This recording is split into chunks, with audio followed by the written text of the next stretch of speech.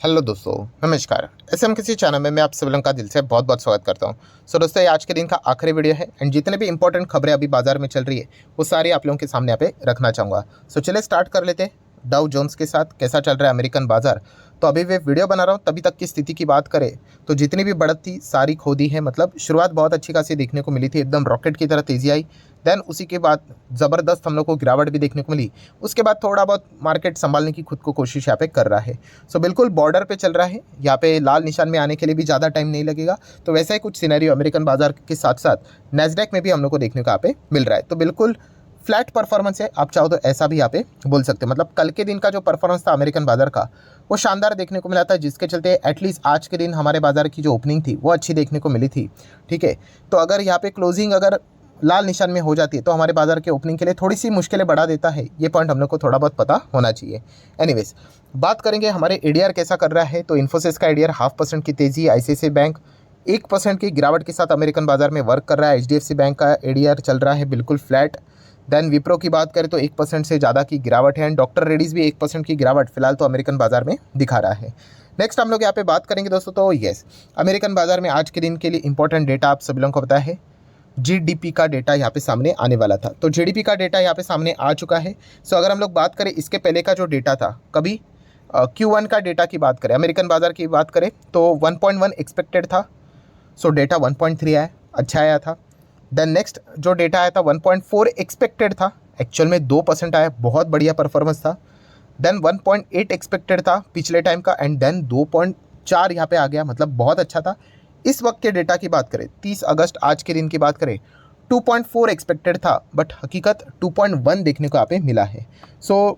Definitely हम कह सकते हैं कि ग्रोथ में हम लोग को गिरावट देखने को मिली। यूजुअली ये चीज़ें ऐसी ही रहती है, जब आप इन्फ्लेशन को कंट्रोल करने जाते हो तो आपको ग्रोथ के साथ थोड़ा कॉम्प्रोमाइज़ करना पड़ता है। ठीक है, तो अभी तक का परफॉर्मेंस बहुत अच्छा चल रहा था ग्रोथ के हिसाब से अमेरिकन बाजार का, एटलीस्ट एक्सपेक्टेशन के मुताबिक बेटर परफॉर्मेंस नज़र आ रहा था। बट इस वक्त की बात करें तो एक्सपेक्टेशन के हिसाब से कम ग्रोथ हम लोग को देखने को यहाँ पे मिल चुकी है। नेक्स्ट अगर हम लोग बात करेंगे हमारे जीडीपी के डेटा के बारे में, तो यस दोस्तों, हमारा जीडीपी का डेटा आपको मतलब अगर आपने संडे का वीडियो देखा होगा दलाल स्ट्रीट वे का हेड, तो आपको बताया था कि अमेरिका का भी एंड हमारा डेटा भी सामने आएगा जीडीपी का। हमारा डेटा कब आने वाला है? 31 अगस्त, मतलब कल के दिन ही यहाँ पे पता चल जाएगा। अभी तक इसके पहले जो एक्सपेक्टेशन था 6.2, तो 6.3 आया, अच्छा आया था। 4.6, देन 4.4 थोड़ा खराब आया था, देन 4.6, 6.1 अच्छा आया था। मतलब पिछले टाइम अच्छा डेटा देखने को मिला था। इस वक्त की बात करें तो 7.7% का एक्सपेक्टेशन है, तो हकीकत में कितना आता है ये देखने वाली बात रहेगी। अगर आपको ये लगता है कि 7.7 मतलब इतना ज़्यादा एक्सपेक्टेशन, तो यस दोस्तों, Q1 का डेटा हमेशा ज़्यादा ही देखने को मिल जाता है। लास्ट टाइम आप देख सकते हो 2022 की हम लोग बात करें 31 अगस्त की, तो 15.2 एक्सपेक्टेड था, 13.5 आया था। ठीक है, तो ये क्वार्टरली अगर देखा गया तो ये जो Q1 का डेटा रहता है ये थोड़ा सा मतलब बेटर एक्सपेक्ट किया जाता है।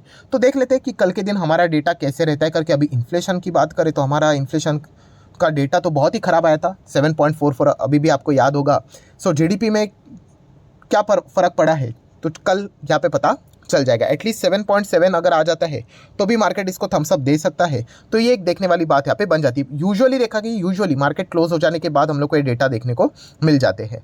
नेक्स्ट अगर हम लोग यहाँ पे बात करेंगे दोस्तों, तो यस, टिटागरेन रेल सिस्टम की अगर हम लोग यहाँ पे बात करें तो ऑलमोस्ट 2% की तेज़ी हम लोग को देखने को यहाँ पे मिली है। एंड इसके पीछे का रीज़न आप सभी लोगों को यहाँ पे पता ही है कि 350 करोड़ का ऑर्डर इनको गुजरात मेट्रो से यहाँ पे मिल चुका है। ठीक है, कॉन्ट्रैक्ट मिला, इसलिए न्यूज़ में कवर होता रहता है, बट इसके चलते किसी भी स्टॉक में ब्लाइंडली इन्वेस्ट करना नहीं होता है।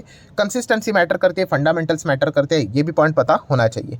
देन दोस्तों, आप सभी लोगों को पता ही है बीच में सरकार ने एक एकदम ज़बरदस्त फैसला यहाँ पे लिया था, अनएक्सपेक्टेड लैपटॉप से रिलेटेड। जो बाहर से लैपटॉप इंडिया में यहाँ पे आते हैं, सडनली उनके ऊपर रेस्ट्रिक्शन बैन यहाँ पे लगा दिए, जिसके चलते बहुत सारे लोग नाराज़ भी हुए थे, क्योंकि उन्होंने कहा था कि अगर आपको रेस्ट्रिक्शन बैन लगाना है यहाँ पे, ठीक है, तो आप पहले बता के चलिए, हमें लाइसेंस लेने में के लिए कोई प्रॉब्लम यहाँ पे है नहीं करके।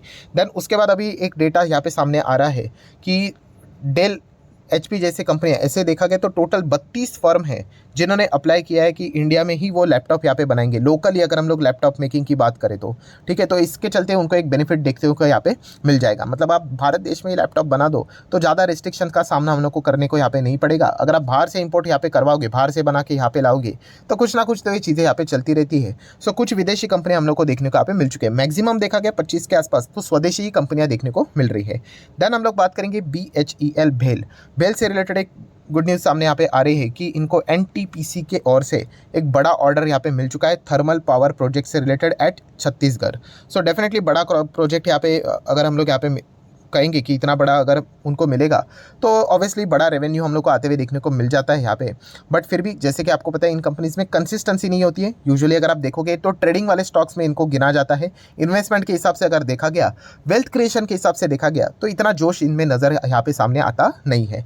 देन हम लोग बात करेंगे, यस कल के दिन हम लोगों ने एक खबर देखी थी कि जो यहाँ पे बैठक, इमरजेंसी बैठक हम लोग को देखने को मिल रही है, सरकार के ओर से भी देखने को मिल रहा है, अलग अलग डिपार्टमेंट के बैठक देखने को मिल रही है। इन्फ्लेशन, महंगाई आप सब लोगों को पता है, शक्तिकांत दास जी उनमें भी हम लोग को प्रेजेंट रहते हुए देखने को मिले। तो बहुत सारे लोगों ने पूछा भी सर उस बैठक में क्या हुआ है, तो पब्लिक डोमेन में कोई इन्फॉर्मेशन सामने आती हुई देखने को यहाँ पे नहीं मिली है। बट दोस्तों आप मान के चलिए कि बहुत सारे अलग अलग टाइप के रेस्ट्रिक्शंस अभी आने वाले समय में लगते हुए देखने को मिलने वाले हैं। खास करके जो खाने पीने की जो चीज़ें रहती है दोस्तों, उनके ऊपर अभी हम लोग को अलग अलग रेस्ट्रिक्शंस लगते हुए देखने को मिलेंगे। जैसे कि कल के दिन मैंने आप लोगों को बताया कि इंडिया जो भी चीज़ एक्सपोर्ट करती है उसके ऊपर वो ड्यूटीज़ बढ़ा देंगे तो वो चीज़ें मार्केट में ही चलेगी। एंड जो चीज़ें हम लोग यहाँ पे इंपोर्ट करवाते हैं उसके ऊपर जो ड्यूटीज़ रहते हैं वो कम करवा देंगे तो वो ज़्यादा से ज़्यादा इंडिया में आ जाए। तो इसके चलते सप्लाई, ओवर सप्लाई हो जाएगा एंड ऑटोमेटिकली इन्फ्लेशन हम लोग को कुछ हद तक फूड के ओर से जो इन्फ्लेशन हम लोग को परेशान कर रहा है, ठीक है, जो कि सबसे ज़्यादा CPI इंडेक्स में कॉन्ट्रीब्यूट करता है नियर बाय 45 to 50%।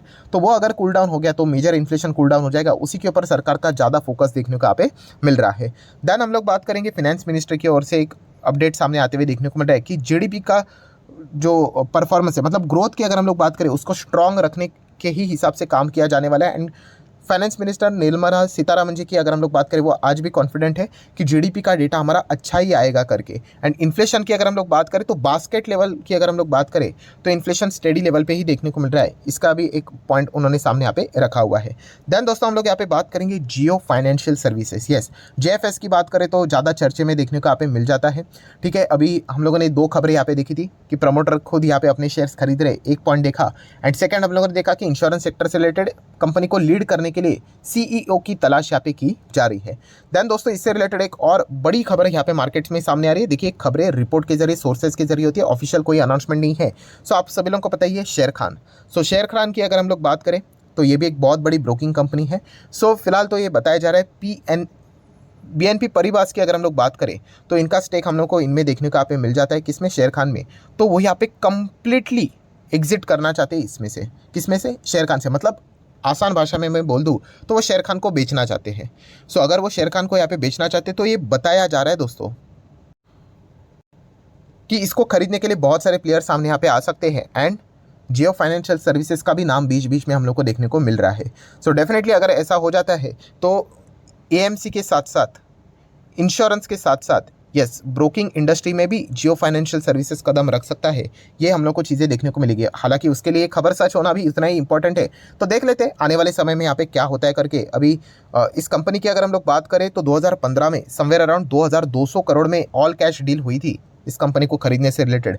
तो अभी ये कंपनी कितने में बिकी जाती है ये देखने वाली बात यहाँ पे होती है। एंड अगर खरीदेगा तो कौन इसको खरीदे, मतलब बेचा जाएगा तो कौन इसको खरीदेगा, ये भी देखने वाली एक बहुत ही इंपॉर्टेंट पॉइंट यहाँ पे रहने वाला है। देन अगर हम लोग बात करें आज के दिन एक और गुड न्यूज़ देखने को मिल गई कि गवर्नमेंट ने जो PLI स्कीम यहाँ पे लाई थी ऑटो सेक्टर से रिलेटेड अगर हम लोग यहाँ पे बात करें तो यस उन्होंने वापस यहाँ पे क्या कर दिया, उसको एक्सटेंड यहाँ पे कर दिया है। तो डेफिनेटली एक बहुत ही पॉजिटिव न्यूज़ हम लोग को देखने को यहाँ पे मिल चुकी है। देन अगर हम लोग बात करें FIs DIs एक्टिविटीज़, तो DIs तो बाय कर रहे बट FIs 500 करोड़ की बिकवाली करके यहाँ पे चल रहे, जो कि हमारे मार्केट के लिए शॉर्ट टर्म के लिए अच्छी खबर बिल्कुल भी नहीं है। क्रूड की बात करें तो 85+ यहाँ पे वापस जाते हुए देखने को मिल रहा है। हम क्रूड के बहुत बड़े इंपोर्टर है। सो ये हम लोगों के लिए एक और नेगेटिव पॉइंट देखने को यहाँ पे मिल रहा है। देन डॉलर की अगर हम लोग बात करें तो 83 के करीब वापस हम लोग को डॉलर की चाल जाते हुए देखने को यहाँ पे मिल रही है। एंड ऑलरेडी एक बार 83 का लेवल क्रॉस यहाँ पे हो चुका है। सो वापस उस लेवल को टच करना भी यहाँ पे ज़्यादा कुछ मुश्किल नहीं होगी। ये भी पॉइंट फिलहाल तो हम लोग को देखने को यहाँ पे मिल सकता है।